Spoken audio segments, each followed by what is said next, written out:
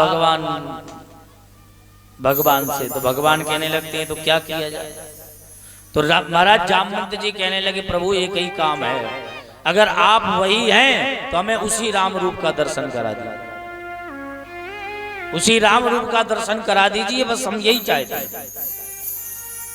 तो महाराज भगवान कहने लगते हैं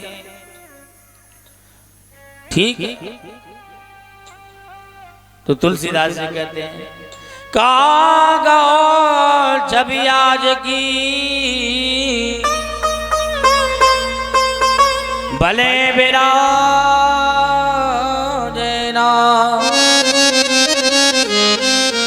तुलसी मस्तक जब नभे धनुष बाण ल्यो। आप धनुष बाण धारण कर लीजिए तभी हम आपके चरणों में चल जाएंगे। तो भगवान तुरंत राम के रूप में परिवर्तित हो जाते हैं।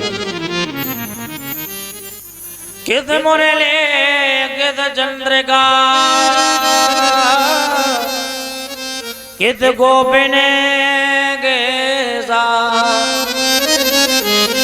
और अपने जन के कारण श्री कृष्ण भई रघुनाथ। बोल राम राजा सरकार की जय हो।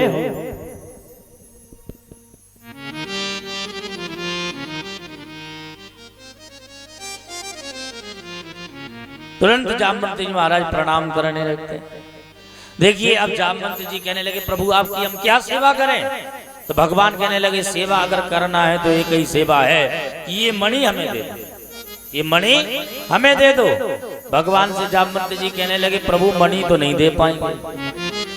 समझने वाली बात है महाराज। भगवान से कह रहे हैं जामवंत जी मणि तो हम नहीं दे पाएंगे। बोले क्यों। भगवान कहने लगे तुमसे हमने 27 दिन तक युद्ध किया केवल मणि के पीछे, और तुम कह रहे हो कि मणि नहीं दे पाओगे, ऐसा क्यों। तो भगवान से जामवंत जी कहने लगे प्रभु एक बात पूछें, एक प्रश्न पूछें आप। बोले पूछो। बोले बिल्कुल सही सही उत्तर देना। बोले हाँ देंगे। तो जामवंत जी कहने लगते हैं प्रभु एक बात बताइए कि जो वस्तु अपनी पुत्री को दे दी जाए वो दोबारा ली जाती है क्या है? वो वस्तु जो पुत्री को हम दे चुके हैं वो पुत्री से ले जा सकती है क्या।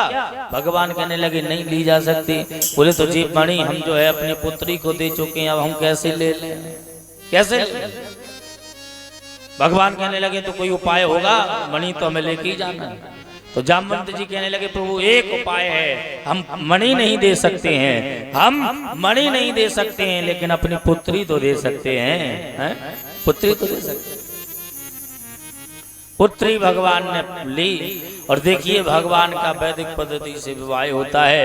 तो भगवान के कितने विवाह हो गए, 2 गिनते जाना हम लोग हैं। पहला हुआ रुक्मिणी जी के साथ में, दूसरा हुआ जामवती। अब विचार करिए जामवती कैसी है, रीछ की पुत्री कैसी होगी। रीछ की पुत्री रीछ ही जैसी होगी कि नहीं होगी। तो जामवती रीछ की जैसी। भगवान ने बढ़िया साड़ी पहनवा दी। अब हाथ भर को घूंघट डालो, डोली मंगवाई, बैठा दिया उसमें। अब भगवान कह रहे हैं अब किस मुंह से हम द्वारकापुरी जाएं। मणि तो लेने के चक्कर में हमें रीछ की पुत्री से विवाह करना पड़ा। जब द्वारकापुरी में जाएंगे तो लोग क्या कहेंगे, देखो भगवान किससे शादी करे आए, क्या किया जाए। भगवान जैसे बोले चलो चलते हैं, देख जो होगा सो देखा जाएगा। और जैसे ही पहुंचे महाराज महल में रुक्मिणी जी के पास, कहने लगे देवी हम एक शादी और करे आए हैं। तो रुक्मिणी जी कहने लगे प्रभु जैसी आपकी इच्छा, हम आपको कोई कहें कुछ बात कहेंगे थोड़ी, जैसी आपकी इच्छा। देखिए रुक्मिणी जी को बुरा नहीं लगा।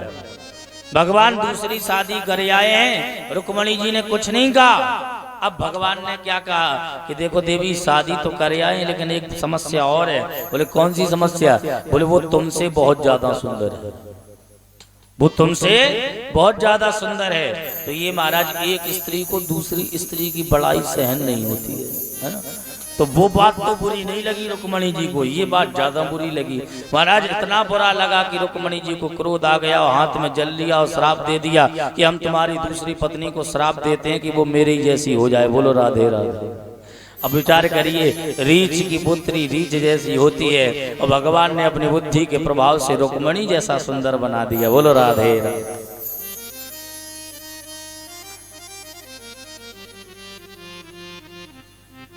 भगवान के कितने विवाह हो गए? 2। अब 17 को भगवान ने जब मणि प्रदान कर दी और जैसी मणि प्रदान कर दी तो महाराज देखिए क्या होता है कि महाराज मणि को लेकर 17 बड़ा दुखी होता है। अरे भगवान को हमने इतना बड़ा कलंक लगाया चोरी का, ये हमसे बहुत बड़ा अपराध हुआ है, क्या करें? तो मन में विचार आया कि ये कई उपाय है। बोले प्रभु को हम अपनी पुत्री है जो सत्यभामा उसका विवाह अपने प्रभु के साथ कर दें।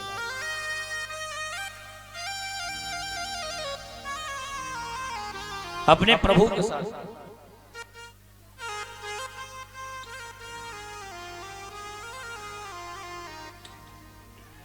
जैसे महाराज मन में विचार आया तो महाराज 17 ने अपनी पुत्री का विवाह भगवान के साथ में कर दिया। बोले द्वारकाधीश भगवान कृष्ण की जय। वो जैसे ही विवाह कर दिया तो भगवान के कितने विवाह हो गए? 3। और दहेज में मणि दी तो भगवान ही के पास आ गई।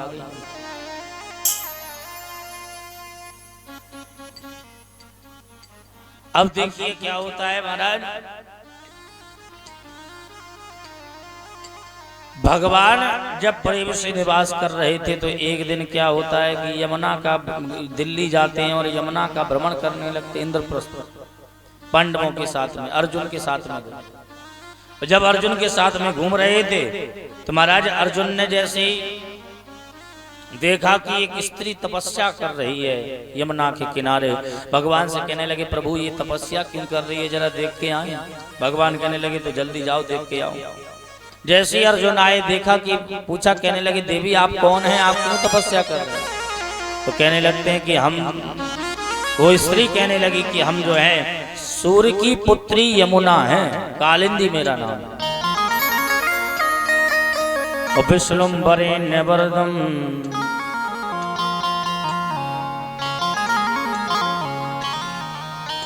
मैं भगवान नारायण को पति के रूप में चाहता हूं।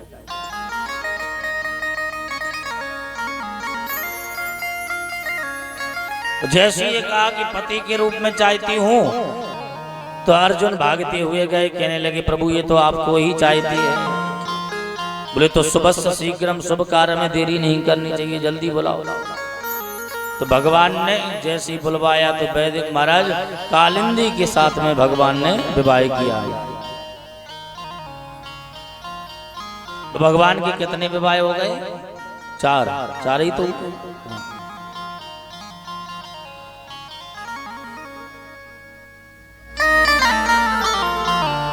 और जैसे ही महाराज भगवान एक बार जब द्वारकापुरी में निवास कर रहे तो बिंद और अनुबिंद नाम के 2 भाई थे। इन्होंने अपनी मित्र, इनकी बहन का नाम था मित्रविंदा, और इन्होंने अपनी बहन का स्वयंवर रखा। क्या रखा? स्वयंवर। और स्वयंवर का अर्थ क्या होता है? अपने वर का स्वयं चयन करना।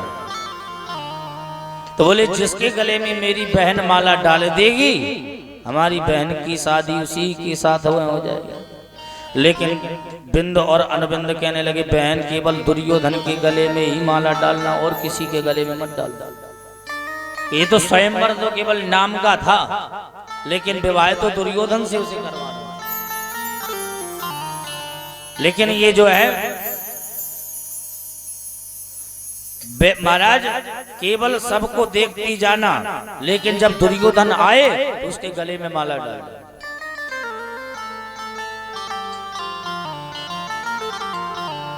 बिल्कुल ध्यान रखना कि तुम्हें दुर्योधन के गले में ही माला डालना है।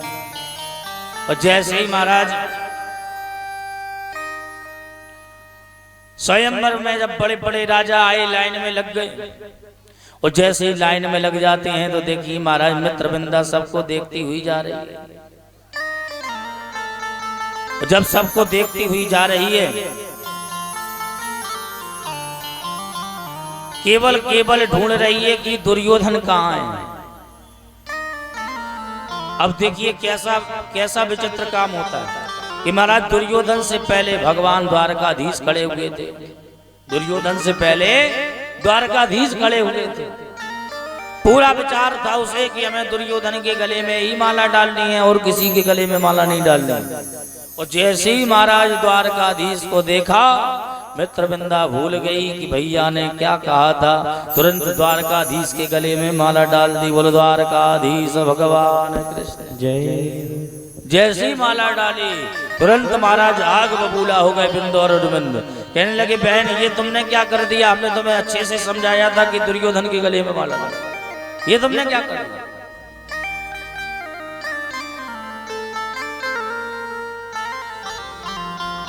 भगवान ने जैसे ये देखा और सुना बिंदु और अनुबिंदु कहने लगे दोनों को पकड़ लो मार दो यहीं पे। तुरंत भगवान ने हाथ पकड़ा और रथ में बैठाया, कहा कि चलो यहाँ से भाग लो नहीं तो चढ़ा चढ़ी की बात हो जाएगी, लड़ना और पड़ेगा। तुरंत भगवान वहां से भागा ले जाते।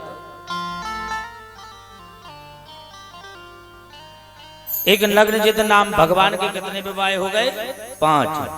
एक नग्नजित नाम के राजा थे जिनकी पुत्री का नाम था सत्या और इनके पिता के नाम से इसे नग्नजिती भी कहते थे।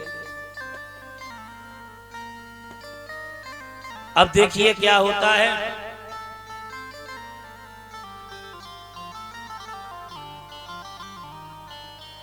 तो महाराज नग्नजित के नाम से इसे नग्नजिती भी कहते थे। इन्होंने अपने पुत्री का जब विवाह करना चाहा तो उसमें शर्त रखी कि जो मेरे बलशाली बैल हैं 7 मेरे राज्य में, उन बैलों को जो एक साथ नाथ देगा हमारी पुत्री के साथ में उसी का विवाह हो जाएगा।